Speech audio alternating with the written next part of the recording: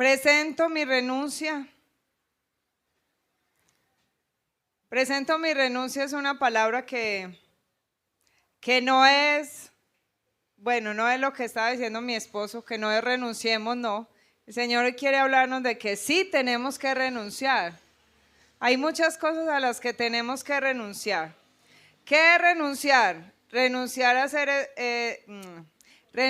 es hacer una dejación voluntaria, un abandono o un apartamiento de algo que se tiene, que se puede tener, o de algo que se disfruta, o algo a lo que se le tiene gran estima y aprecio.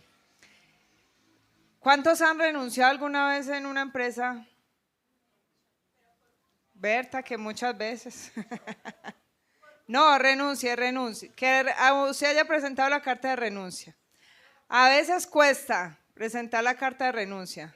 Yo no sé ustedes, pero yo pensaba 100 veces antes de renunciar y yo decía, ay no, qué pereza, otra empresa, otra vez ponerme a buscar empleo, acomodarme a nuevos jefes, a nuevos compañeros.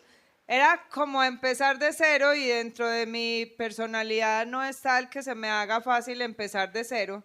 Y a veces me aguantaba unas cosas por no renunciar.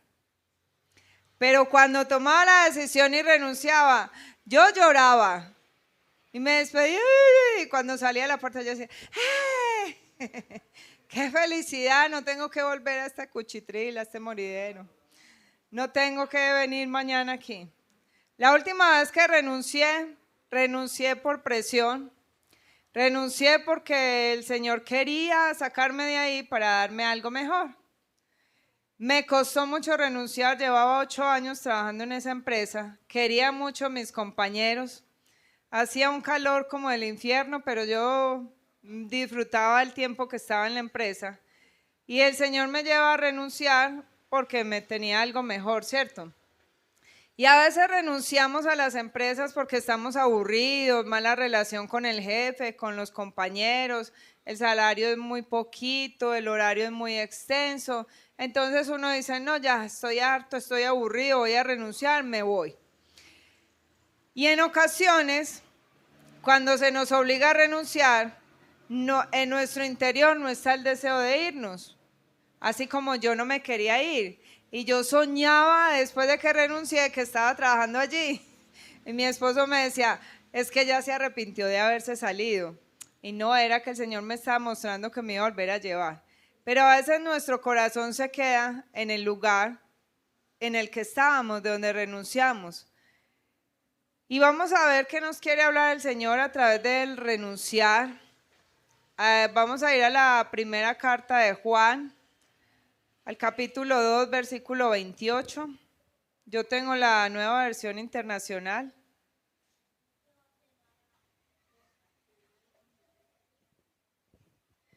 Primera carta de Juan, capítulo 2, versículo 28.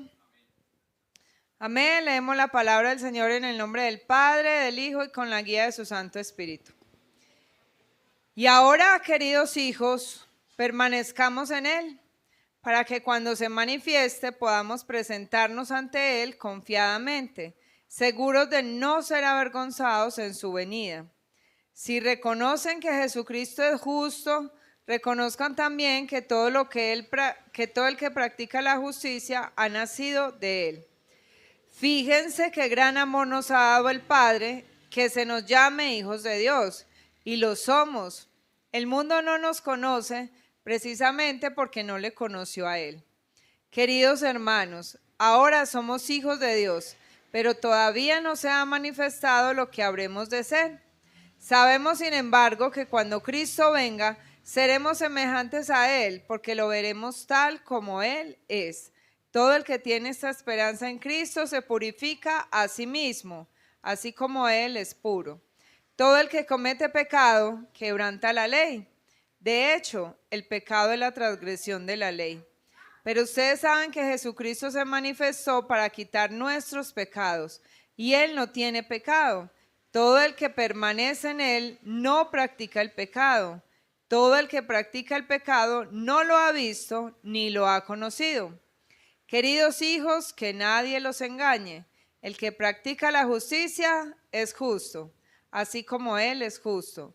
El que practica el pecado es del diablo, porque el diablo ha estado pecando desde el principio. El Hijo de Dios fue enviado precisamente para destruir las obras del diablo. Ninguno que haya nacido de Dios practica el pecado, porque la semilla de Dios permanece en él. No puede practicar el pecado, porque ha nacido de Dios. Así distinguimos entre los hijos de Dios y los hijos del diablo.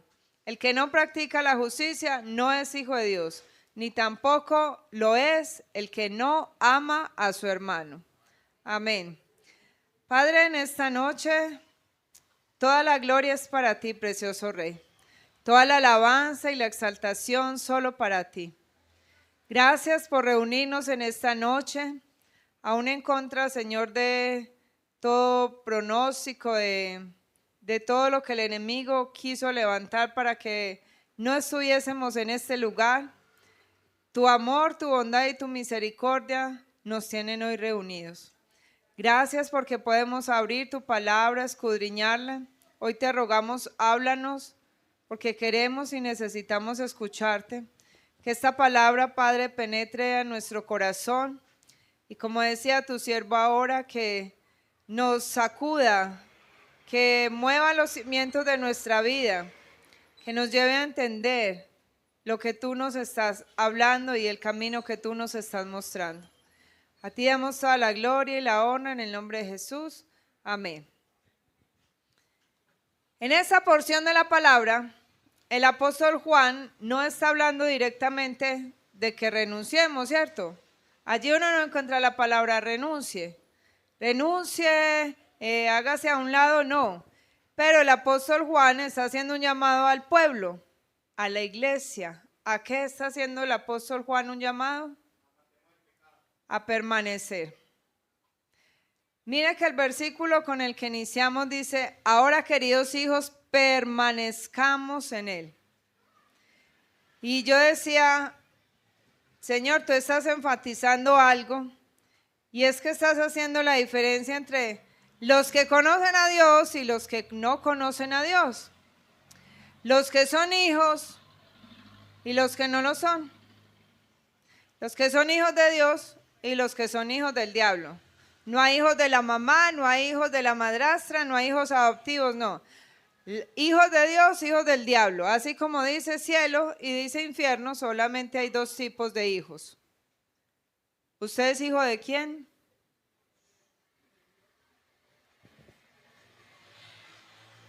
Yo creo que en esta iglesia solo habemos hijos de Dios. En la iglesia a nivel universal no hay solo hijos de Dios, hay hijos del diablo. Y Juan hace aquí un paralelo entre los que han renunciado al mundo y los que permanecen en el mundo creyendo que todo está bien. Creyendo que el día de la venida de Cristo, el día que Jesús venga, se van a poder presentar justos delante del Padre. Sabiendo que ni siquiera conocen a Jesús. Pero el mundo hoy nos hace creer que todo está bien, que todo es normal. ¿Y por qué creemos eso? Porque todo el mundo lo hace. Porque mucha gente en la iglesia hace cosas que a Dios no le agradan. Porque una manzana podrida pudre el resto. Yo tenía en la nevera los duraznos que ustedes nos regalaron. Yo los guardé buenos todos estaban buenos. Me demoré 2 días y cuando fui a los 2 días a sacar los duraznos, resulta que había uno podrido y empezó a podrir el resto y me tocó sacar 6 duraznos que ya estaban podridos en 2 días. Y yo decía, ay, qué increíble la velocidad a la que se pudren algunas frutas, y es lo mismo que pasa en la iglesia. Entra la moda a la iglesia, entra el pecado a la iglesia, entonces como este lo hace, se le vuelve algo normal al resto de la iglesia. Pero dentro de la iglesia se está pensando que estamos bien, que un día veremos a Jesús cara a cara y que no vamos a tener nada de lo cual avergonzarnos. Si el Señor viniera hoy por usted y por mí, ¿tendríamos algo de qué avergonzarnos delante de Él? Escuchaba una historia que decía, se murieron 3 hombres, uno musulmán, el otro judío y el otro cristiano.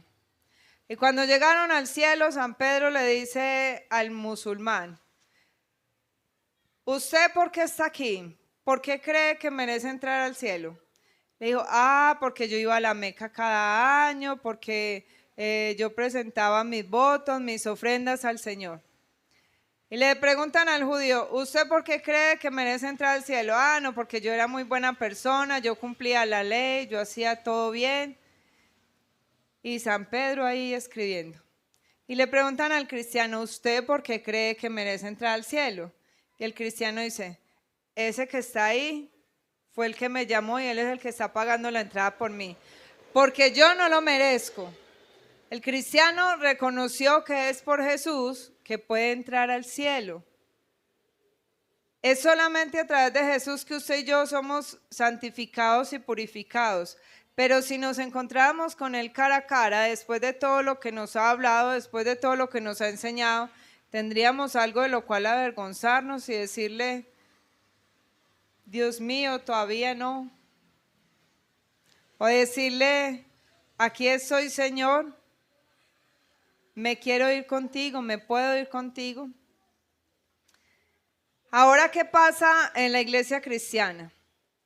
El apóstol empieza aquí diciendo, permanezcan en Él. Pero yo digo, ¿cómo vamos a permanecer en alguien en quien no conocemos? ¿Cómo permanece usted fiel a alguien a quien no conoce? Eso es como los noviazgos por internet. Ay, no, qué amores, qué dicha mientras lo estoy viendo en la pantalla. Cuando se cierra la pantalla, uno no sabe qué está haciendo el otro allá. Y así está viviendo la iglesia, el cristianismo y el evangelio de hoy. Qué felicidad, qué dicha todos aquí. Se cierra esta pantalla y allá afuera como que nos olvidamos del Señor. Allá afuera Cristo no existe. ¿Cómo digo yo que hago parte de una empresa a la que no conozco? Una empresa a la que solo he visto la fachada. No por sentarme afuera de Bancolombia a vender buñuelos con tinto, yo puedo decir que pertenezco a Bancolombia. ¿O sí? No, yo no tengo el uniforme, yo no tengo el carnet, yo no soy representante de Bancolombia. Solamente me siento allí afuera. Y a la iglesia le está pasando eso. Y Juan es muy claro cuando en esta carta dice que todo el que practica el pecado ni le ha visto ni le ha conocido. ¿A quién? A Jesús. Pero a veces pregunta uno, ¿y qué es el pecado? Y a veces ni sabemos qué es el pecado. A veces vemos el pecado solamente como algo grande, o sea, lo vemos como un bloque grande, pero no lo desglosamos en las pequeñas cositas que hacemos. Y estamos como la gente del mundo. Es que yo no robo, es que yo no mato, es que yo ya no hago esto y el resto de cosas que Dios aborrece. ¿Qué? ¿Cuántas personas hay dentro de la iglesia que practican juiciosamente las disciplinas espirituales? ¿Cuáles son las disciplinas espirituales? Orar, ayunar, leer la palabra, vigilar, asistir a los cultos. Y podemos decir, yo voy bien, ¿cierto? Yo pertenezco a la iglesia, pero mire, usted y yo podemos pertenecer a la iglesia Rey Jesús de Gloria Belencito, pero puede ser que no estamos perteneciendo a la Iglesia Universal de Jesucristo, porque nos estamos acomodando en algo. ¿Cuántas personas hay dentro de la iglesia que practican juiciosamente todo esto, pero que realmente no conocen el amor verdadero, que no han nacido de nuevo, que sus vidas no han cambiado desde que llegaron a la iglesia. Y no digo que aquí, pero nosotros que hemos recorrido iglesias, uno dice, Dios mío, gente con años, y uno dice, gente siendo pastor. Y uno dice, este pastor no ha nacido de nuevo. ¿Cómo está al frente de una congregación? Esta persona no ha nacido de nuevo y no necesita uno compartir mucho con la gente para darse cuenta que realmente las personas no han nacido de nuevo, que están llevando una vida de iglesia, pero que sus corazones están lejos del Señor porque no han querido renunciar al pasado. No han presentado su renuncia a las cosas que traían de atrás. Entonces seguimos con la mente cauterizada, con la mente metida y sumergida en Egipto, pero aquí sentados dentro de una iglesia. Muchos siguen siendo pecadores, transgresores de la ley, solo que pasa algo, y es que al entrar a la iglesia son peores. Son peores porque ahorita el pecado tratan de taparlo a través de una vida de iglesia. Ahorita se esconde detrás de una religiosidad. Personas que llevan años en una iglesia sin conocer a Cristo. Que uno le dice, ¿cuántas veces se ha leído la Biblia? Y ni para leer la Biblia, hombre. No se sabe nada de la Biblia. A mí me impacta eso, me impresiona que a veces solamente se ve una serie supuestamente bíblica y entonces vienen y le dicen a uno, ¿usted sabía que la Biblia dice eso y que pasó esto y aquello? Y uno dice como que, ¿qué? ¿Y eso dónde dice? Eso dice la Biblia, yo no sabía eso.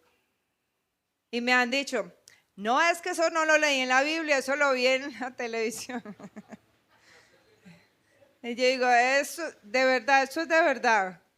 O sea, usted lleva X cantidad de años en la iglesia y solo ha estado en la iglesia, pero nunca ha estado en Cristo. Nunca ha estado en el Señor. Mire, esta es la causa número 1 de por qué no podemos presentar nuestra renuncia al mundo. Y es porque seguimos deleitándonos en las cosas del mundo. A mí me costó infinidad, ustedes no se imaginan, presentar mi carta de renuncia a la empresa, se llamaba Proelásticos, porque yo no me quería salir de esa empresa. Solamente cuando me dijeron, vea, tienen que trabajar de noche, yo dije, no, yo no quiero trabajar de noche. Fui al jefe, ayúdeme, me dijo, no, yo no te puedo ayudar, esas son normas que vinieron de arriba. Tienes que ir al médico. Me remitieron al internista. Me hubiera mandado a poner la hermana Yanelis, ella me hubiera ayudado. Me remitieron al internista, el internista me dijo, aprenda a vivir con su enfermedad. Y yo le dije, gracias por nada, no me ayude tanto. Yo fui y le dije al jefe, no pude, el médico no me ayudó, tengo que renunciar. Yo salí de allá llorando a moco tendido porque yo no me quería ir de allá. Yo quería ser mamá a tiempo completo, sí, pero yo también amaba la empresa y amaba a mis compañeros. Me costó mucho, tanto así que el Señor conocía mi corazón y me permitió volver allá con unas condiciones diferentes, con un sueldo mejor, pero mi corazón se quedó allá mucho tiempo. Y así estamos, a veces estamos aferrados a las cosas del mundo que nos gustan y ya, eso es así de sencillo. No queremos renunciar porque estamos aferrados a lo que a mí me parece que está bien, a lo que por tanto tiempo he vivido y me parece que eso es muy rico y muy chévere. Algunas veces se hace de frente. Mire, el pecado algunas veces se hace de frente, pero la mayoría de las veces es algo que se hace en secreto. Nos deleitamos y disfrutamos en nuestro corazón, pero tratamos por todos los medios de que nadie se entere. Que nadie se entere. Digo, Dios mío bendito, ¿cómo es posible que todavía haya gente en la iglesia cristiana que ve La Casa de los Endemoniados por el canal RCN? La casa de los demonios, yo no sé, eso dice que la casa de los famosos, para mí es la casa de los demonios porque En los comerciales que uno ve, eso es mejor dicho, que tienen un cielo y un infierno y están todos en el infierno y no se han dado cuenta. Cómo la gente que dice que ama a Dios se sienta a ver semejantes programas, se deleitan, se gozan, se ríen, viendo a Don Gediondo, viendo al Paspi, al Suso, viendo los humoristas que tienen doble sentido, y uno como hijo de Dios se ríe de eso. Eso no nos debería dar risa, eso nos debería dar vergüenza. Pero tratamos de esconder por todos los medios y que nadie sepa, que el pastor no se dé cuenta lo que yo estoy haciendo. Y nos estamos olvidando de que es que Dios todo lo ve. Por eso la iglesia hoy no conoce a Dios. Y como decía algo que compartía mi esposo, Cristo es un desconocido para la iglesia cristiana. La iglesia cristiana se ha acomodado en rituales, se ha acomodado en costumbres, se ha acomodado, pero no ha renunciado a nada del mundo. Mire, yo he visto mujeres en la iglesia muy amargadas, mucho, luchando con cosas muy fuertes en su vida, pero tratando de esconderse detrás de un cargo, detrás de un servicio, tratando de esconderse detrás de un escudo, tratando de que nadie vea lo que están viviendo, refugiándose en el mucho que hacer. He visto hombres escondiendo su pecado detrás de una cara de amabilidad en la iglesia. Familias destruidas que solo hacen buena cara cuando van a la iglesia. ¿De qué sirve entonces ir a la iglesia si tu vida allá afuera es una vida que no le agrada al Señor? Hombres y mujeres dentro de la iglesia que uno les habla de la palabra, que uno les habla de renunciar a las cosas del mundo y no entienden. Que uno les dice, mira, es que tu vida está mal por este y este pecado, pero es como si las palabras se las llevara el viento y la gente sigue en lo mismo. Yo digo, Señor, ¿qué le está pasando a la iglesia? ¿Qué nos está pasando como iglesia? ¿Qué no nos deja entender el sacrificio de Cristo en la cruz? Y solo hay una cosa, el amor al pecado. Solo hay una cosa que no nos deja entender ese sacrificio, el amor al pecado. Usted y yo no podemos renunciar a un pecado porque todavía está arraigado en nuestro corazón. Y Juan enseña en el versículo 9 de este capítulo 3, dice, ninguno que haya nacido de Dios practica el pecado, porque la simiente de Dios permanece en él y no puede practicar el pecado. ¿Por qué? No puede, el que ha nacido de Dios no puede, simple y sencillamente no puede.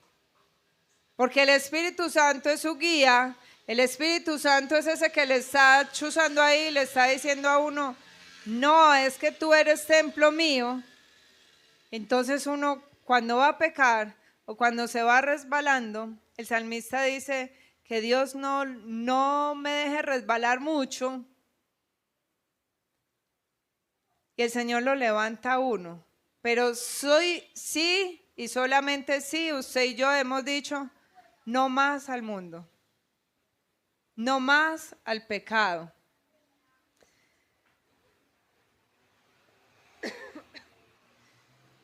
Cuando nosotros recibimos el Espíritu Santo nos da a usted y a mí la capacidad, porque es una capacidad que entrega el Espíritu Santo de que ya no amemos las cosas del mundo, de que ya no nos deleitemos en las cosas que antes hacíamos, de que ya no presentemos nuestro cuerpo como instrumento para que el diablo se goce y se ría de nosotros.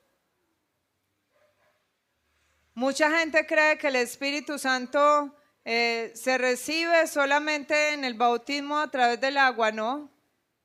Uno recibe el Espíritu Santo, puede ser antes, puede ser después, pero hay gente que baja las aguas y nunca sube al cielo. Hay gente que baja las aguas Y en vez de dejar allí el hombre viejo, como que recoge todos los hombres viejos que estaban en esa agua y se los echa al hombro. Porque salen peor.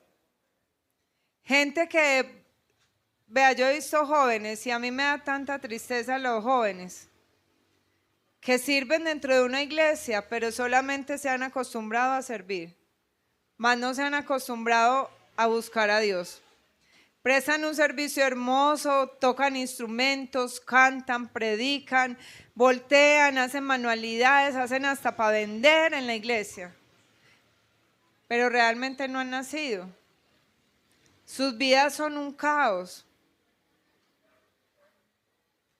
Hijos de pastores que uno diría deberían estar un poquito mejor. Claro que la obra la hace el Espíritu Santo, pero hijos de pastores queriéndose suicidar, en una depresión, y uno dice, ¿de dónde viene esto? ¿Qué está viviendo dentro de su casa? ¿Qué está viviendo en su vida?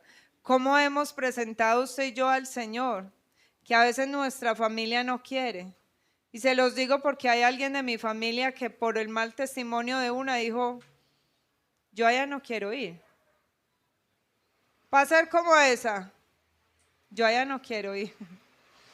Y a veces somos piedra de tropiezo porque no hemos dejado los viejos rudimentos con los que fuimos criados.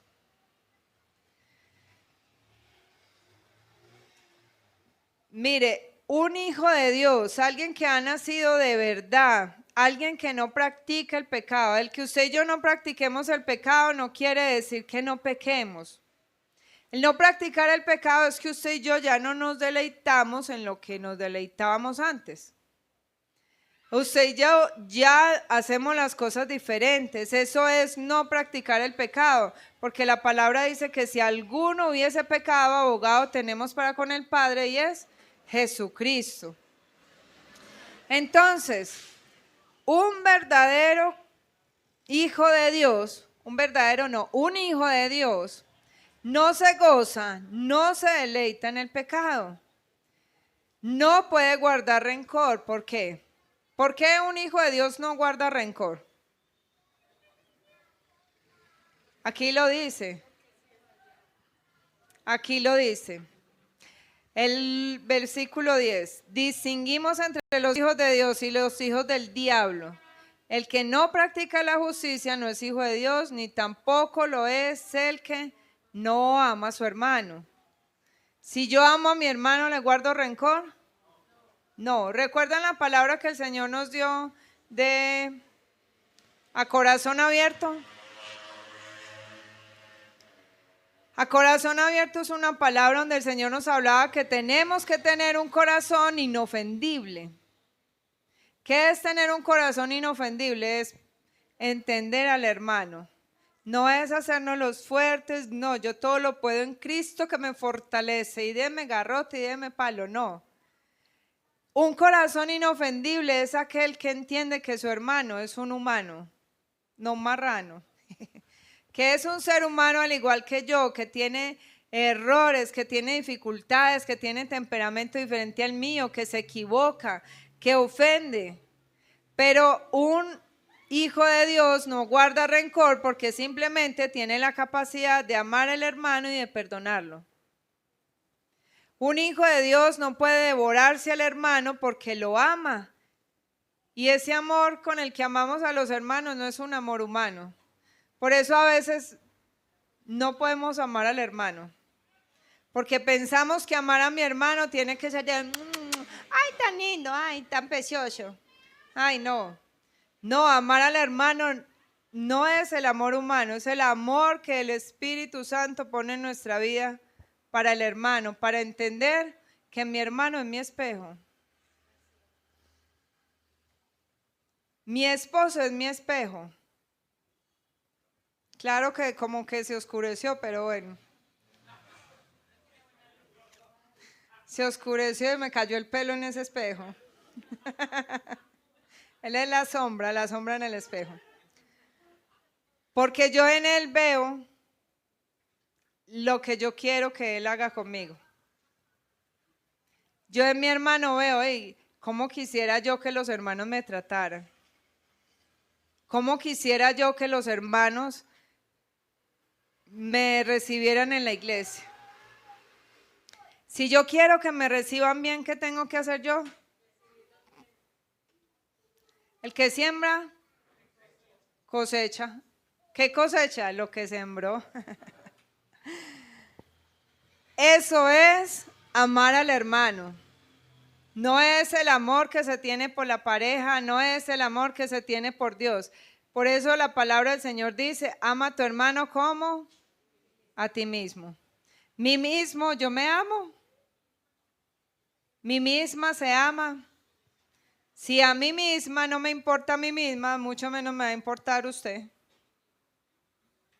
Si yo no me cuido a mí, mucho menos la va a cuidar a usted. Amén. Oh, ay, ay, ay. Mire, un hijo de Dios que ha renunciado al mundo no puede mentir, no puede golpear, no puede engañar, no puede fornicar, no puede adulterar, no puede enterrarle la puñalada a su hermano. Más bien confronta a su hermano, lo exhorta, lo corrige, lo amonesta, lo anima, intercede por él y perdona. ¿Por qué? Diga conmigo, porque ya pasó no, ¿están dormidos? No, ustedes no han pasado. Diga, porque ya pasó su renuncia al mundo y al diablo. ¿Usted ya le pasó su carta de renuncia al diablo? Vea, el diablo es el peor patrón del mundo. El peor. Por ahí dice un dicho, el que le sirve, ¿cómo es que dice? Vea, ya me pasó como el chavo. El mal le paga al diablo al que el bien le sirve. El diablo le paga mal al que le sirve bien. Eso en otras palabras, esa es la versión mía. Pero necesitamos decirle al diablo, ¿sabe qué? Me cansé. Estoy harta, estoy aburrido de dar lo mejor y de que me paguen tan mal y cada día estoy peor y cada día estoy más arruinado y cada día estoy más llevado. Yo no sé, la iglesia hoy como que no está ni cansada, ni aburrida, ni llevada, ni arruinada, sino que está sentada, muy cómoda y por eso es que no nos atrevemos a renunciar a nada.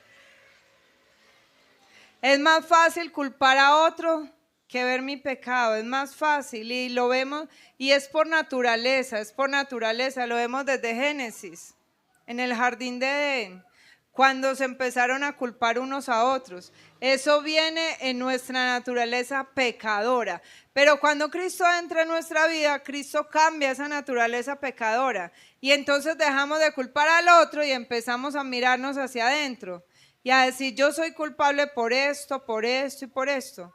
En el proceso de sanidad siempre se empieza con algo muy lindo donde uno escribe ¿por qué yo creo que soy víctima? Pero ¿por qué yo creo que soy victimario? Porque en una historia siempre hay dos caras, lo que recibimos pero lo que damos. Amén. Así es que si usted está cansado de servirle al diablo, porque literal no es que sirvamos por ahí a alguien más ahí. No, es que no, le estamos sirviendo a Dios o le estamos sirviendo al diablo. No hay puntos blancos, no hay puntos negros. Por eso la palabra dice, fríos o calientes, tibios no. Y es mejor mostrar de una vez, mostrarle al Señor, ¿sabe qué, Señor? Sí, reconozco que estoy pecando en esto, en aquello, en lo otro. Pero reconocer, no simplemente reconocer y quedarnos ahí. Nosotros le enseñamos a los niños en el devocional. ¿Qué es arrepentirse? Arrepentirse es reconocer mi pecado, confesar mi pecado y apartarme de mi pecado. Porque de lo contrario, entonces, usted y yo solamente vamos a decir, sí, estoy mal y sigo aquí. Es como el programa de los kilos mortales. Un gordo no sabe que está gordo. Sí, un gordo sabe que está gordo.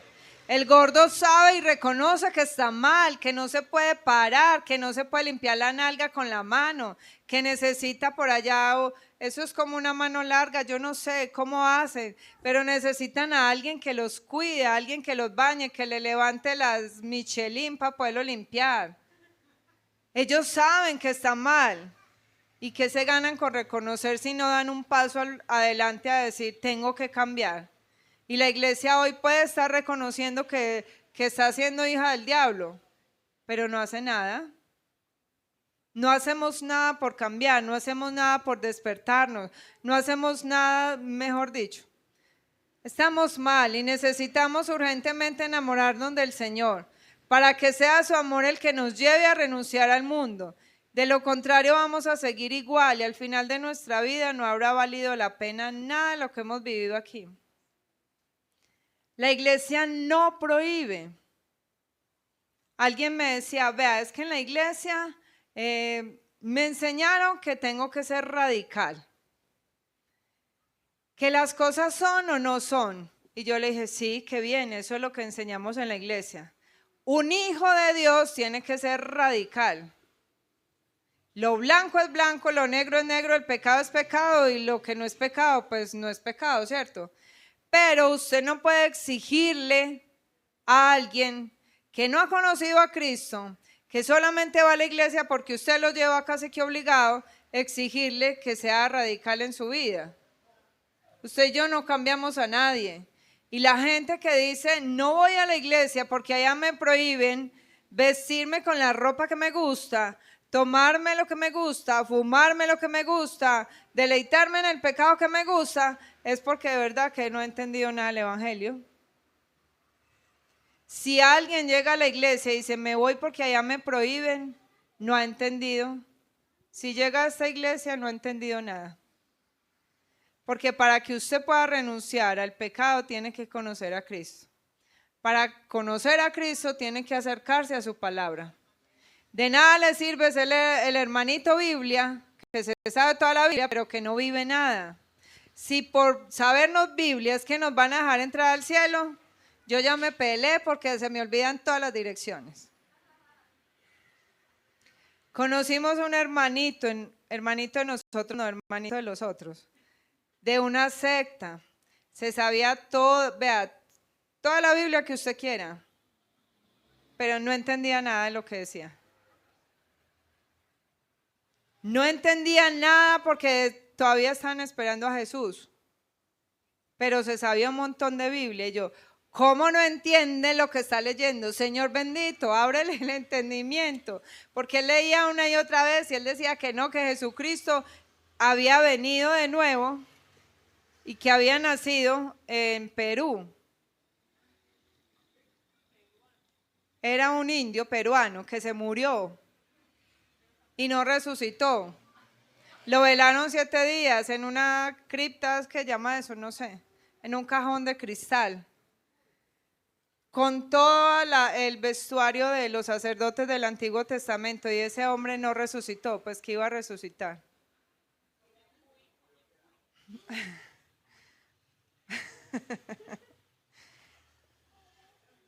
Entonces, ¿de qué nos sirve sabernos toda la Biblia si no tenemos al Espíritu Santo que nos la ilumine? ¿Y cómo va a vivir el Espíritu Santo en una persona que no se ha arrepentido y que no conoce a Cristo como Señor y Salvador? El centro de la Biblia es solamente uno, Jesucristo. El centro de la iglesia tiene que ser solo uno, Jesucristo. En Cristo está el Padre y está el Espíritu Santo. El centro de mi vida tiene que ser Cristo. Si Cristo no es más que suficiente para mí, olvídese que usted y yo no vamos a pasar carta de renuncia al diablo nunca. Vamos a seguir ahí, dejando que nos chuse con el tenedor literal. Tomamos la decisión, pasamos la renuncia. No sé en qué áreas de tu vida tienes que pasar renuncia, pero sé que hay muchas áreas de nuestra vida y muchas cosas en las que tenemos que decir hasta hoy, no más. Porque si estamos esperando a Cristo y yo le he dicho, Señor, si tú vinieses hoy por tu iglesia, yo creo que ni el 2% de la gente que se reúne en los templos se va contigo. Es mi punto de vista, es la manera en la que yo veo cómo se está viviendo el evangelio. Es la manera en la que yo veo cómo Cristo salió de la iglesia y empezó a reinar el hombre. Haga esto y haga aquello para que tenga la gente contenta. Modernícese así, modernícese así, porque a los jóvenes les gusta. Juegue con los jóvenes, haga dinámicas. Grupos juveniles hay muchos. Centros recreativos hay muchos. Espacios para estar con los amigos hay muchos. Espacios para crecer y aprender el evangelio es la iglesia. Estamos para crecer, amén. Pero para crecer bien, no alimentada a punta de aguapanela, esa ya no sirve. Y a los venezolanos no les gusta la aguapanela. Necesitamos con urgencia, de verdad, como iglesia, pasar el mensaje, pasar la voz. ¿Qué estamos haciendo con las cosas del mundo metidos en la iglesia? Amén. Padre, hoy te decimos, Señor, ayúdanos. Ayúdanos a entender y a ver la verdad de tu palabra. Sabemos que el único que nos convence es tu Santo Espíritu. Sabemos que el único que nos puede dar la fuerza para cambiar, para renunciar a las cosas del mundo, es tu Santo Espíritu. Queremos decir con seguridad y con certeza, yo soy un hijo de Dios. Yo practico la justicia, yo permanezco en Cristo, yo amo a mi hermano. Yo voy en pos, Señor, de ese camino que tú me has trazado. Perfectos no somos, pero dice tu palabra que el que empezó la buena obra en nosotros la perfeccionará hasta el fin de los tiempos. Y eso es lo que te rogamos en esta noche, Señor. Perfecciona esa obra que ya empezaste en nosotros. No queremos ser una iglesia igual a las que vemos, Señor. Queremos ser una congregación diferente. Hombres y mujeres que te amen, hombres y mujeres que se levanten cada día a dejar tu nombre en alto. No hombres y mujeres que sirvan de piedra de tropiezo para aquellos pequeñitos que hoy no quieren entrar a tu templo, que hoy no quieren, Señor, escuchar tu palabra, por las cosas que han visto, las cosas que han vivido, las cosas que han presenciado. Hoy queremos, señores, ser esos hombres y esas mujeres esforzados y valientes, que te amen a pesar de todo, en contra de todo y a costa de todo. Que tomemos la decisión de permanecer cada día en medio de la dificultad, de la adversidad, de la enfermedad, en medio del desierto, que podamos permanecer en ti. Para que el día, Señor, que nos podamos presentar delante de tu presencia, no tengamos nada de qué avergonzarnos, sino que podamos decirte, Señor, aquí estoy, hice la tarea que me encomendaste, dependí de ti y solo de ti mientras estaba en la tierra, y ahora estoy aquí para adorarte por toda la eternidad. Gracias por hablarnos, Señor, gracias por tu palabra, que es viva, que es eficaz y que es más cortante que una espada de doble filo. Damos a ti la gloria, Señor, y te rogamos, enséñanos. Te necesitamos, Señor. En el nombre de Jesús, amén y amén.